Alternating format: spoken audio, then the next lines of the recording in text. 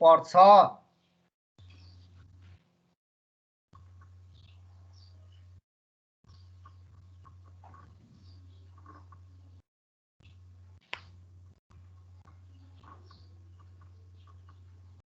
है र अब एपीआर एनुअल पर्सेन्टेज निकाल्नु पर्यो भने interest by average loan, interest भनेको 8000 छ, एभरेज लोन भनेको loan amount divide by 2, 1 lakh divide by 2 गर्दाखेरि हाम्रो 16% आउँछ, 0.16 आउँछ, इन्टु 100 गरेर 16% है त।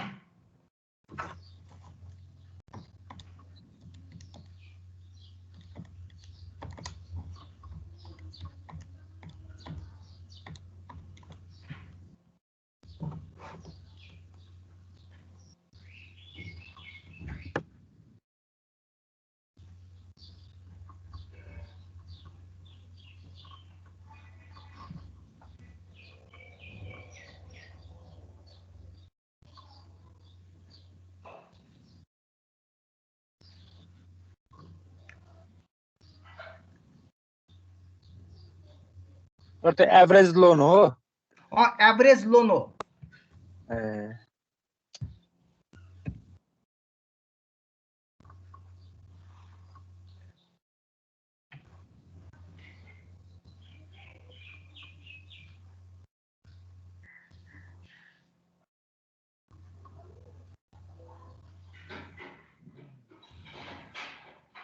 एभरेज लोन चाहिँ किन गरेको छ? Interest divide average loan APR निकाल्दा तिम्रो सुरुमा 1 लाख लोन हुन्छ हो, अन्तिममा लोन कति हुन्छ? 0 हो। 0 हो, त्यसकारण एभरेजमा निकालेको लोन चाहिँ 50,000 हुन गयो है त।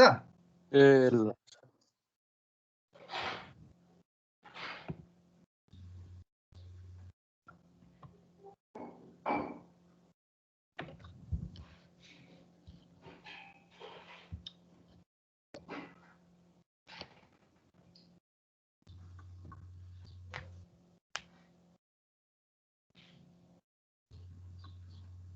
सारी भ्यायो?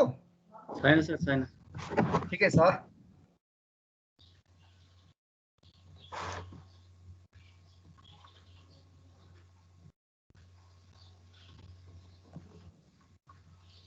यो नेक्स्ट कन्डिसन हो सर, एड अन इन्ट्रेस्ट भनेपछि। तिमीले simple interest, discount interest, compensated balance है, अनि एड अन इन्ट्रेस्ट, अर्को रिभल्भिङ क्रेडिट एग्रिमेन्ट, त्यो केसहरू अलग अलग आइरहेछ। सक्यो सर। एक्जाममा कुन केस दिन्छ, जुन दिन्छ निकाल्यो, एपीआर निकाल्यो, कम्पेयर गरिदियो, इएआर निकाल्यो, कम्पेयर गरिदियो। जुन इएआर जे निकाले पनि कम चाहिँ भएको राम्रो हो भन्छ।